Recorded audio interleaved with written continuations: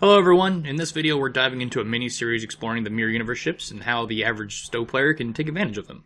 These ships are extraordinarily cheap. The Patrol Escort I have here I picked up for about 1.6 million EC.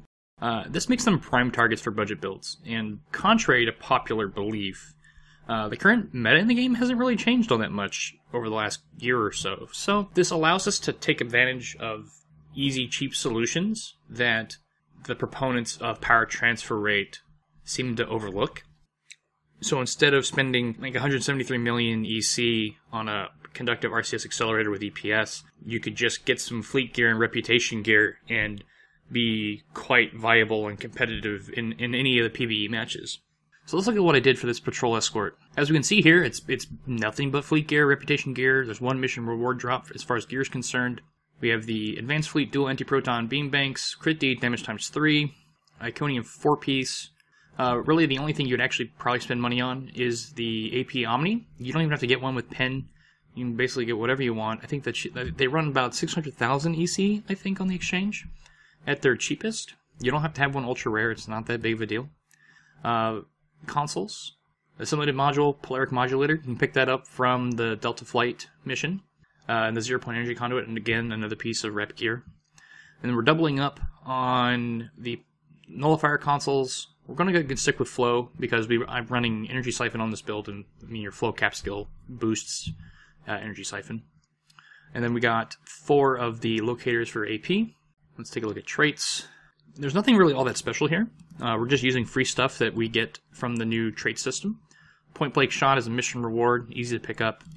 Everything else is free. Beam barrage you get from the level 15 R&D school, but literally everything else is free. Starship traits, we're not running any Starship traits off of any of the Zen ships. These are all from specializations, or I believe the best defense actually comes from a mission reward. Again, we're also only using 4 trait slots. We're not using the 5th unlocked one. We're just going to minimize the burden. Space reputation, just using 4. We're going to go ahead and use advanced targeting system, precision, auxiliary power configuration to offense, and rending shot. And then everything else is pretty standard. Again, there's no intense focus, there's no anchored, there's no ablative shell, there's no fluid cocoon, there's no inspirational leader. There's no need to spend hundreds and hundreds of million EC on traits. There's just no need for it. And even then, you don't even have to spend the $25 on a ship to go get like emergency weapon cycle or all hands on deck, or even spend like 200 million EC on the Astica to get supremacy, or on the Zal to get invincible. It's not necessary. Certainly helpful.